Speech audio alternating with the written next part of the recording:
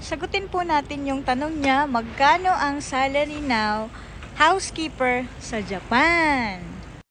Okay, bawat agency po ay iba-iba po yung pasahod nila. Okay, dito tayo sa Magsaysay. Ang Magsaysay po ay ang ino-offer po nila ay 183,000 yen. Kaya na po mag-convert nun kasi nag-iiba kasi yung palitan. And 8 hours po ang total na binabayaran sa kanila. Meron po silang 2 oras na libre na travel time. Yung 8 na lapad po na yon ay hindi pa po yun bawas, no? Hindi pa siya kaltas. So, kakaltasan pa po yun ng bahay, mga tax, mga pagkain ninyo, data ninyo, at kung ano-ano pang mga expenses dito sa Japan. Tsaka yung tax po pala ay nababalik naman po yun sa inyo. For example, 5 years natapos na yung kontrata nyo, malalamsam nyo po yun. At medyo malaki yun kapag nabalik sa inyo. Kunwari, 5 years natapos yung kontrata nyo. Maximum of 380,000 daw po yung nababalik sa atin.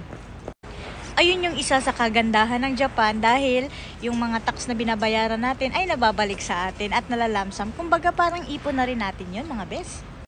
Regarding naman po sa bahay, yung magbibigay ng bahay sa inyo ay yung agency or company nyo dito sa Japan kung sino yung nagpaalis. And sila po yung mamimili doon. Hindi po tayo yung mag-choose kung saan tayo ma-assign, sa Tokyo ba, sa Osaka ba, sa Nagoya ba. Sila po yung magbibigay sa atin ng location kung saan po tayo. Depende sa available na location. And meron pa silang mga salary increase kapag nakapasa ng JLPT N4, ganun. Meron silang salary increase na 1 lapad kada buwan. Kaya talagang hinihikayat namin kayo na mag-aral talaga mabuti dahil ang daming opportunity, hindi lang housekeeper, madaming ibang category na naghahanap talaga ng JLPT N4 ngayon. Kaya wag tayo mag-worry, bakit 18 lapad lang yung sinasahod tapos magkano ba yung natitira? Okay, ang natitira po, ito po ay general lang, no? Depende yun sa mga skills natin kung may JLPT tayo.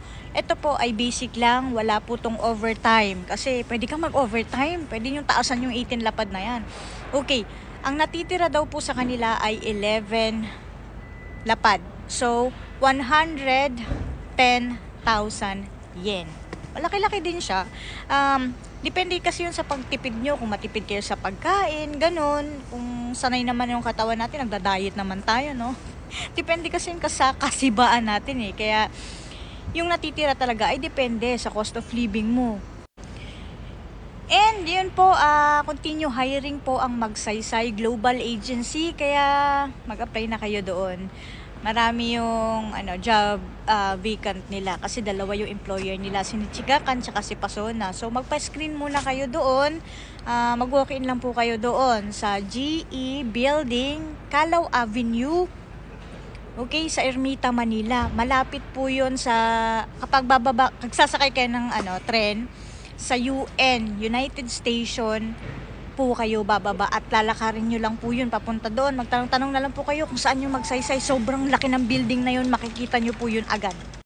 And sa mga gusto naman po matuto ng Nihongo, basic Nihongo, ayan, tapos kung gusto nyo mag-guide sa pag-a-apply ninyo, mag-enroll po kayo sa Japan Dreamer Academy. Meron tayong Facebook page, Japan Dreamer Academy by Poison Ivy Jane. Mag-PM lang po kayo doon kung interesado po kayo. So, tara na po sa Japan. Mag-work na po tayo dito. Matane.